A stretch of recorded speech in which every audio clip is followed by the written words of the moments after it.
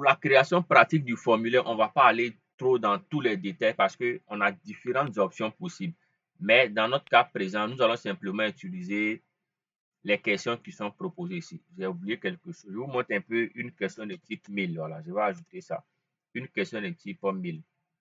Donc, on va poser les questions liées à la date, à la localisation et puis au mail rapidement. Donc, les trois premières questions à la date. Donc, la date, on va choisir ici date. On peut préciser date à part, heure à part, ou bien choisir date et heure. Bon, ça, c'est pas aussi très utile par rapport au cas, mais on va prendre simplement le cas de la date. Donc, pour pouvoir créer la date, vous allez simplement maintenir un clic gauche, vous glissez, vous mettez simplement ici, dans l'espace, et vous laissez votre clic gauche. Automatiquement, une première question est créée. OK, donc la question qui est créée, vous allez voir qu'il y a des éléments à prendre en compte. Le premier élément d'abord qui n'est pas lié à la question mais au formulaire lui-même, c'est le titre de l'enquête. Vous voyez ici le titre de l'enquête. Donc lorsque vous cliquez dessus, vous avez la possibilité de donner un titre de type textuel. Je peux mettre ici par exemple gestion durable des déchets. Vous voyez que ça va. Automatiquement que je saisis et vous allez voir qu'il va s'afficher à ce niveau-là. Maintenant, si moi je ne veux pas du texte, je vais mettre une image. Je vais simplement cliquer sur image. Et pour l'image, on va intégrer une image. On peut intégrer une image à partir d'une URL, c'est-à-dire d'un lien. Ou on peut intégrer une image à partir de notre stockage interne. Vous cliquez sur sélectionner le fichier image. Cela vous permettra d'aller sélectionner une image. Moi, je vais prendre par exemple le logo ici et je l'intègre facilement. Automatiquement, je fais OK en bas à droite là et vous allez voir le logo et l'intégrer. Donc, cela dépend de vous. Comment est-ce que vous souhaitez présenter votre formulaire? Moi, je vais laisser l'option du texte. Et le texte, comme je l'ai saisi, je peux faire une mise en forme rapidement en souhaitant aligner le texte au milieu. Voilà, donc gestion durable des déchets. Cela étant fait, on peut préciser une description. Donc, contenu de la description. Vous cliquez là-dessus et on va donner une description. OK, on va mettre ici dans le cadre de la bonne gouvernance environnementale. La bonne gouvernance environnementale, nous avons lancé, nous avons lancé une campagne de sensibilisation pour la gestion durable des déchets. Voilà, donc on peut avoir une description, ce n'est pas un élément obligatoire. Bonne gouvernance environnementale, j'ai sauté une lettre. OK, donc on a ce texte-là qui est un descriptif. L'on est capable de le mettre en forme. On peut le mettre en gras, en italique, on peut l'aligner au centre, on peut centrer, on peut justifier vraiment autant de possibilités qui s'offrent à nous. On peut changer ici facilement, très petite, petite, moyenne, grande, tout ça, on peut gérer ça. On peut même intégrer une image et beaucoup d'autres options possibles. On ne va pas réellement aller dans tous ces détails. Donc, voici ici un premier cas. Donc, on va maintenant à la question date. La question date, je vais cliquer là-dessus. Il est mis ici, question sans titre 1. Donc, je vais cliquer à droite. L'idée est que si vous cliquez sur une question dans le milieu ici, automatiquement, les propriétés vont s'ouvrir à droite ici. Voilà, donc on va l'appeler date pour ne pas faire trop long. Donc, je l'appelle date. Et comme on le sait, la date, on peut donner aussi un descriptif. Voilà, ceci est par exemple la date de collecte. Vous voyez, ceci est la date de collecte. Donc, on peut taper ce qu'on souhaite. Ceci est la date de collecte. Voilà. Un peu plus bas, vous avez ici valeur par défaut. Valeur par défaut, on est capable de choisir ici date d'envoi ou bien date d'envoi. Lorsque je sélectionne automatiquement, il me propose la date telle que précisée, la date du jour. Mais moi, je ne veux pas ça. Je veux que le collecte, autrement, le répondant donne la date actuelle à laquelle il va répondre. Voilà. Donc, je vais choisir date spécifique et on est capable de choisir le format des dates. Voilà. Par défaut, il va donner date ici telle que c'est précisé. Bon, c'est une version anglaise, mais ça sera le jour, le mois et l'année. Voilà. Donc, on peut, vous voyez bien, jour, mois, année. On peut avoir à demander seulement le mois et puis l'année. On peut vouloir demander ici année uniquement, ça dépendra de nous. Ok, moi je vais choisir jour, mois, année. Et on peut rendre la question obligatoire en cochant ici. Il s'agit d'une question obligatoire, vous cochez. Et la question, elle est automatiquement obligatoire. C'est-à-dire, tant que vous ne la répondez pas, vous ne pouvez pas valider le formulaire. Voilà, ça dépendra. On peut rendre la question visible ou invisible, ça dépend de beaucoup d'autres options. Donc, voici ici le premier cas. On reste toujours sur le premier cas, vous présentez d'autres options. Toujours sur le premier cas, vous allez voir juste à côté ici, on a cet élément qui est grisé. Un peu plus bas, on a la croix ici pour supprimer cette question-là. On a aussi l'option pour dupliquer la question qui vient d'être créée. Et juste à côté, on est capable de déplacer le formulaire, l'envoyer en haut ou bien en bas. Bon, comme ici, on a une seule question, on va intégrer d'autres questions et puis je vous montre comment déplacer le formulaire, disons les questions. Après la question de la date, on va choisir maintenant la question de la localisation. Donc, je viens juste là. Ici, on a trois options. Je vais prendre la deuxième option. La différence de ces options est que la première option, vous allez intégrer une carte. Donc, avec la carte, vous allez simplement zoomer et puis vous cliquez sur votre position ou bien avec la localisation GPS, il va vous localiser à un endroit précis et vous cliquez là-dessus.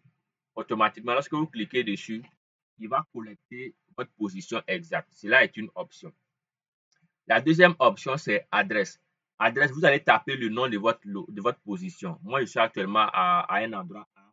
Je tape le nom de l'endroit et il va me proposer, selon le géoréférencement de cet endroit-là, le nom précis. Je sélectionne le nom. Et la troisième option, c'est liste de localisation. On peut présenter dans le cas, supposons que mon enquête concerne 5 localités. 5 localités, par exemple, Yamoussoukro, Abidjan, Boaké, Korogo. Donc, je tape les noms.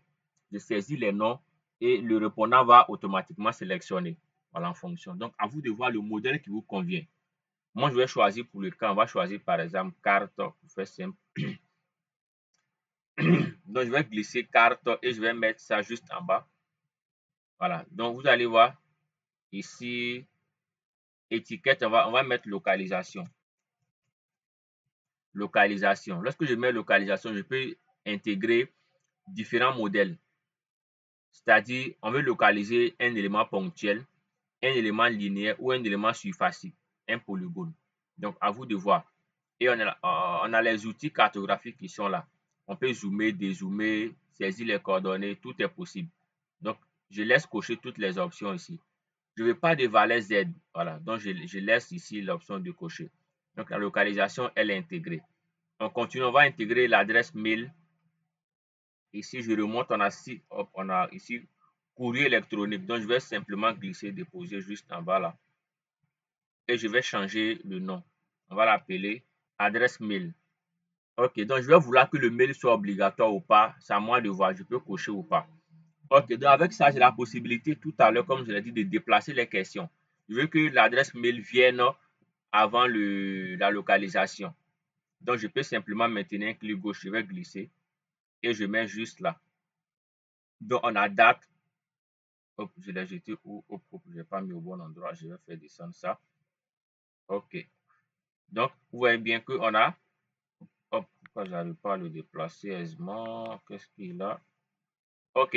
Donc, on a date, adresse mail, localisation. Vous voyez bien qu'on peut facilement gérer ces cas-là.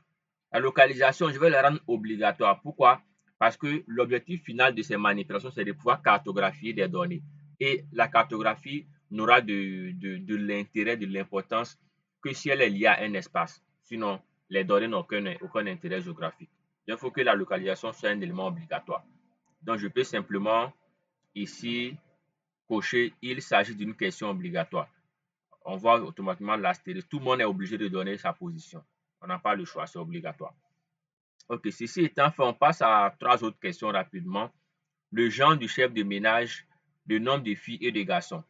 Donc, genre du chef de ménage, nombre de filles, nombre de garçons. Ok, donc on va revenir. Comme c'est le genre, c'est une question à choix unique. On est soit homme, soit femme. On est dans un contexte logique et permettez-moi que ça soit ainsi. Ok, donc je choisis ici sélection unique. Quand je glisse, je dépose juste en bas. Et on va modifier, je l'appelle genre du chef de ménage. Ok, comme c'est le genre, on a homme ou femme. Donc, je vais descendre un peu plus là et on a les choix possibles. Premier choix, donc je mets homme. Deuxième choix, je mets femme. Le troisième choix, je vais le supprimer. Donc, je vais cliquer sur le moins qui est là pour le supprimer. Voilà. Donc, le genre, j'ai le genre. Ensuite, on aura la question liée au nombre de filles et au nombre de garçons dans le ménage. Donc, je vais venir juste là. Et comme c'est une question liée au nombre, on va choisir le nombre ici. Je clique, je dépose juste en bas. OK, donc je viens dans les propriétés et je vais mettre ici nombre de filles. OK, nombre de filles. Et ensuite, je fais la même manière. Je vais dupliquer directement ici en cliquant sur le bouton ci. Donc, nombre de filles encore. Donc, je vais modifier en mettant nombre de garçons. Donc, on a nombre de filles en haut, en bas, nombre de garçons. Et après, il faut avoir le nombre total d'enfants. Donc, on sait bien que normalement, le nombre total d'enfants fera le nombre de filles plus le nombre de garçons. À ce niveau que je veux bien vous montrer un autre élément très important. Il est possible de faire des manipulations automatiques, c'est-à-dire des calculs automatiques, sans pour autant demander beaucoup de questions. Si je connais le nombre de garçons, je connais le nombre de femmes, automatiquement, je peux déterminer le nombre total d'enfants. Donc, nombre de filles plus garçons égale nombre total. Donc, je vais simplement cliquer pour dupliquer. Et la nouvelle question, je vais l'appeler ici. Hop, hop, hop, je reviens, nombre de filles, j'avais pas modifié ça. Hop, donc j'avais dupliqué, je ne sais pas. OK. Donc, je fais nombre de garçons, nombre de filles, et puis ici, nombre total d'enfants. Donc, nombre total d'enfants. OK. Donc, à ce niveau, on va simplement intégrer une option mathématique. Donc, le nombre total d'enfants, on l'a dit, c'est le nombre de filles plus le nombre de garçons. Donc, dans les propriétés, vous allez descendre un peu plus là. Vous voyez ici les mis calcul. Calcul, vous cliquez sur mise à jour, juste à droite là. Mise à jour. Lorsque vous cliquez dessus, vous allez avoir accès à ce panneau-là. Dans ce panneau, on a 3 onglets. Extraire les données, nombre, date et heure. Ce qui nous intéresse, c'est nombre. Donc, on va cliquer sur nombre. Et le nombre, je l'ai précisé, on va appliquer directement la formule. Pour ceux qui utilisent un peu des outils de collecte, que ce soit Sphinx, que ce soit Google Forms, que ce soit SPSS, que ce soit Kobo, on a la possibilité de faire ces manipulations. C'est plus ou moins transversal. Donc, je vais d'abord sélectionner une question. Je vais cliquer là.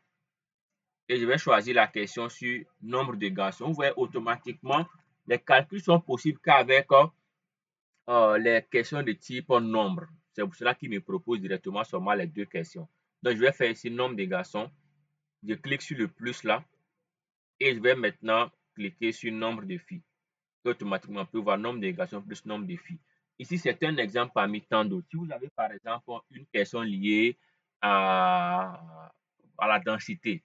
Densité, on sait que c'est population par superficie.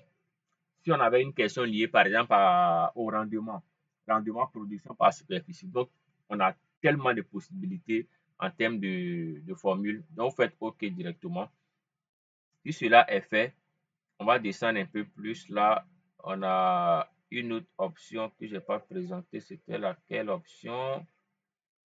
OK. Au niveau du mode, vous cliquez juste là et vous cochez automatique. Cela va vous permettre automatiquement, lorsque vous allez saisir le nombre de filles et le nombre de garçons, lorsque vous quittez, automatiquement, le nombre total d'enfants sera calculé. Voilà. Parce qu'on pouvait le faire de façon manuelle, on pouvait faire ici toujours, si vide, bon, dans beaucoup de cas. OK, donc voici les 3 questions. On passe à une autre question, à des groupes de questions. La taille du ménage. Bon, on va choisir la taille du. Ici, on demandera quelle est la différence entre le nombre d'enfants et puis la taille du ménage. Est-ce qu'il y a des personnes qui sont dans les sciences humaines ici? Vous allez voir que c'est différent. La question du nombre d'enfants et puis la question de la taille du ménage. La taille du ménage prend en compte et les enfants et les parents. Contrairement au nombre d'enfants, on sait bien, ça c'est la question des filles et des garçons. On a 2 filles, on a 3 garçons, ça fait 5 enfants. Si on ajoute les parents dans la taille du ménage, OK. Donc, c'est quand même un élément très différent. Donc, je vais simplement ajouter une autre question de type nombre et on va, hop, hop, nombre, OK. Donc, on va ici préciser la taille terre du ménage. Parce qu'il y a certains ménages où on peut avoir, par exemple, les grands-parents, on peut avoir, par exemple, les oncles, les cousins, tout ça. Donc, ça va vraiment dépendre. Donc, terre du ménage, on a cet aspect-là. OK, une autre question, on a le type de déchets et puis le mode de gestion. Donc, type de déchets, mode de gestion. On va vouloir choisir des questions de type choix unique. Donc, soit ton déchet est essentiellement composé de plastique. On veut les composants principaux, pas les détails, mais soit ton déchet est essentiellement plastique, soit composé de métaux, de papier, de déchets organiques ou bien autres. OK. Donc, on vient dans notre serveur. On va aller directement ici à choix, sélection unique. Clic gauche maintenant, je glisse et je dépose juste là. OK, sélection unique, on va, je n'ai pas envie d'écrire beaucoup encore. Type de déchet. OK, type de déchet. Je colle type de déchet. Au niveau du choix, on va maintenant taper les différents choix. Donc, on a ici, par exemple, on avait plastique, pour les déchets plastiques. On a aussi, par exemple, les papiers. On a aussi les métaux, par exemple. La composante principale, je vais ajouter encore. On a aussi, on avait quoi? Les déchets organiques. Hein. Donc, organique et puis autres. Donc, je mets ici organique. Organique. Et puis, pour autre, vous allez simplement qu'à cocher l'option ici, permettre autre. Vous cliquez simplement. Voilà. Pour celui qui a un autre type de déchets, il n'a qu'à cliquer simplement là. Et puis, le tout est joué. OK, maintenant, un élément que je n'ai pas présenté un peu plus haut, vous voyez l'organisation de ces questions, de ces modalités de réponse-là. Vous voyez que c'est placé du haut vers le bas. On peut changer l'ordre de façon horizontale ou de façon verticale. Donc, on a le choix selon ce que l'on souhaite faire là. Donc, vous avez la possibilité. Et je reviens sur la question de gens de chef de ménage. Je vais changer l'ordre par rapport aux gens. Je vais prendre par exemple horizontal compact. Vous voyez comme ça que c'est placé. Donc, on a vraiment ces possibilités qui s'offrent à nous. Après la question sur le type de déchets, on va aussi aborder la question sur la dernière question, ça concerne le mode de gestion. Donc, le mode de gestion, on va choisir aussi une question de type sélection unique. OK, donc on va l'appeler mode de gestion.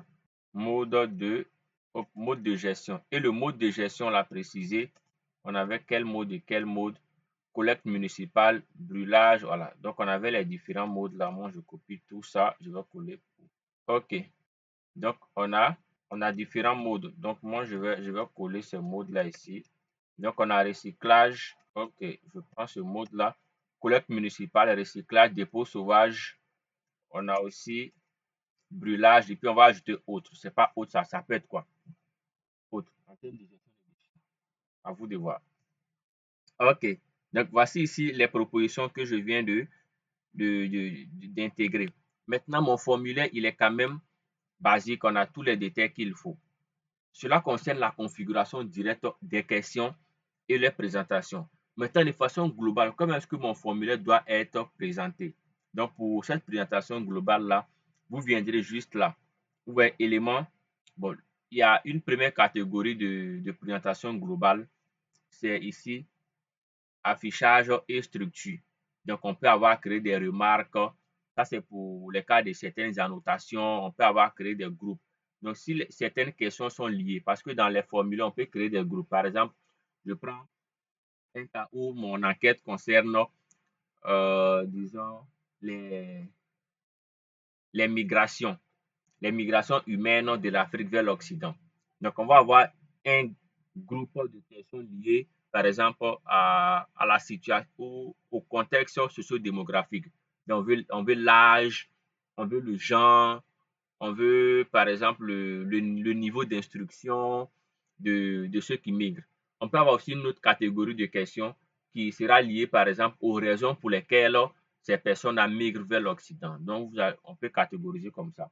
On peut aussi créer des répétitions. Pour celui qui a une fois fait une formation avec moi sur Kobo, vous allez voir l'importance des questions à répétition. tous ceux qui sont dans disons, de l'environnement, plus précisément les questions de végétation avec la question des collectes arboricoles, des levées sur le terrain, des inventaires arboricoles, des inventaires, voilà. Donc, il faut qu'ils maîtrisent cet aspect de répétition. Aussi, dans le domaine du foncier, ça peut arriver dans le domaine du foncier parce qu'une seule personne peut avoir plusieurs parcelles en même temps. Donc, c'est vraiment des cas possibles que l'on peut utiliser. OK. Les pages, parce que les formulaires, vous allez voir que le formulaire il peut être sur une seule page ou bien sur différentes pages. Ça, c'est au niveau des pages. OK. Toujours ça, ce sont les questions liées à la présentation globale du formulaire. Ce n'est pas lié aux questions personnalisées, mais à la présentation du formulaire. Donc, on revient sur le deuxième groupe de personnalisation, c'est éléments d'enquête. On voit ici en tête de l'enquête. C'est l'enquête qui est la gestion durable des déchets. En tête. On a description de l'enquête. Ça, c'est la description. Si je décoche, vous allez voir que la description va disparaître. Elle a disparu. Donc, vous cochez, vous faites afficher la description. Ensuite, on a pied de page. Donc, si vous cliquez sur pied de page, je vous montre ici. Pied de page, ce sont ces éléments qu'on a en bas là. Lorsque je vais décocher, vous allez voir, on a plus serveur 1, 2, 3. Vous voyez que c'est, on a plus ça. Donc, pied de page, je coche pour qu'on ait cet élément-là. Vous avez la possibilité de personnaliser le pied de page. Voilà. Vous donnez le pied de page qui vous convient. Vous créez soit un lien. Tout est possible en fonction de votre objectif. Maintenant, le dernier élément, c'est ici le CAPTCHA. Ça, c'est un élément que je n'aime pas vraiment. Mais on trouve beaucoup ça dans certains formulaires. Mais lorsque celui-là est coché, il vous dit quoi? Saisir les caractères sans tenir compte de la caste. La caste, c'est la façon d'écrire, majuscule, minuscule, qui s'affiche aussi dessous pour envoyer l'enquête. Donc, vous allez voir que si vous finissez de remplir certains formulaires, on vous envoie un code de ce genre-là. Vous devez taper le code-ci avant de lancer le formulaire. Donc, on peut, disons, avoir ce cas-là. Bon, moi, je n'aime pas ça personnellement. Donc, voici ici la présentation basique de notre formulaire. Il ne faudrait pas oublier un élément important, c'est l'enregistrement du formulaire. Parce que par défaut, il ne fait pas l'enregistrement de façon systématique. Et vous serez obligé d'enregistrer en cliquant sur le bouton C. Alors, vous enregistrez le formulaire pour ne pas avoir à perdre les modifications. Enregistrement réussi. Donc, voici ici le formulaire que je viens de créer de façon basique, les questions et la présentation globale. Nous continuons avec la présentation globale en venant sur l'option ici de l'apparence. J'ai présenté cela en amont. On peut avoir différentes apparences. Voilà, les couleurs, cela dépend de vous. Et je l'ai dit, faites attention s'il vous plaît, parce que certains modèles sont quand même pas trop bien présentables. Donc, choisissez des éléments quand même un peu plus simples, faciles à comprendre. OK. Un autre élément, c'est juste là, pour les questions liées aux options. Ça, c'est aussi très important. Vous allez voir qu'ici, écran de remerciement, c'est décoché. Je vais cocher simplement et vous avez ici, merci, votre réponse a été envoyée. Donc, on peut personnaliser. Merci, votre réponse a été envoyée. On peut lui donner voilà, d'autres informations. Merci d'avoir pris part à cette enquête. À vous de voir. On peut taper du texte ici. Et ce texte-là, on peut intégrer beaucoup d'autres éléments en tout ce qui est modification textuelle, mettre en gras, en italique, souligner, créer une liste à puce, créer un texte, une numérotation, tout ça, on peut le faire. Et un peu plus bas, on a après, action après soumission. Lorsque je vais cocher cela, vous allez voir afficher l'option permettant de recharger l'enquête. Donc, si vous avez ça, vous avez appuyé ici pour envoyer une autre réponse. Donc, chaque fois que vous allez lancer le formulaire, on peut en même temps rester et puis envoyer un nouveau, disons, de nouvelles réponses directement en cliquant sur ici. Voilà. Donc, c'est quand même très intéressant cette option-là. On peut aussi recharger automatiquement l'enquête. Donc, on peut recharger l'enquête en fonction d'une durée. On peut aussi rediriger automatiquement vers une URL. Ça peut être un cas où, lorsque vous finissez de remplir un formulaire, je vais cocher ça comme ça. Lorsque vous finissez de remplir un formulaire, automatiquement, moi, je vous envoie un lien pour intégrer le canal Telegram ou bien le groupe WhatsApp. Donc, ce sont les options. On peut coller le lien ici et on peut préciser la durée. Voilà, après 5 minutes ou après 1 seconde, automatiquement, vous allez recevoir un mail ou bien une indication avec le lien pour vous dire que vous avez la possibilité d'intégrer le groupe ou bien la démarche à suivre. Donc, voici simplement, ça c'est la langue que je vous ai présentée et puis d'autres options basiques. Donc, voici comment réussir à réaliser un formulaire vraiment très simple et très basique avec cet outil-là. Et on peut bien voir ici tous les détails qui ont été créés. Maintenant, avant de passer à la deuxième étape, la première étape, c'est la création du formulaire. La deuxième étape, c'est la visualisation. On va voir réellement comment est-ce que le formulaire il se présente avant de passer au déploiement du formulaire. Est-ce qu'il y a des questions? Il est 21h, on est au-delà, on est pratiquement pile à l'heure. Est-ce qu'il y a des questions par rapport à la construction du formulaire? Si oui, c'est le moment de les poser.